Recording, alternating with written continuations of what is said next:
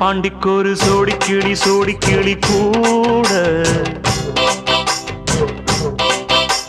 சோழ கருது போல தோள தொட்டு ஆட செந்தூர பாண்டிக்கு ஒரு சோடி கிளி கூட சோழ கருது போல தோள தொட்டு ஆட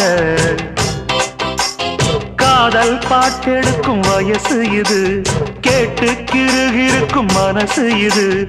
ஒரு திருமானே பசுமரத்தேனே நினைச்சது நிறைவேறும்